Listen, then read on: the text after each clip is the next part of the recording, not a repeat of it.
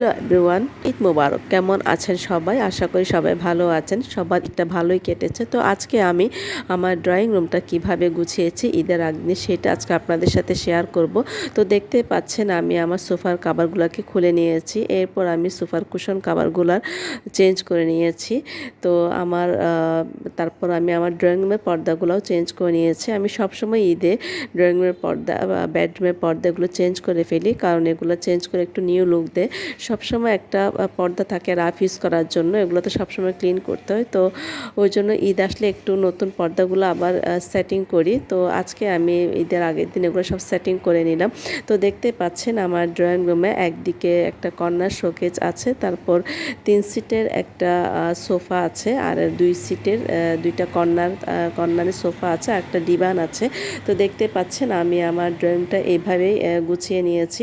তো ভালো থাকবেন সবাই। আল্লাহ হাফেজ।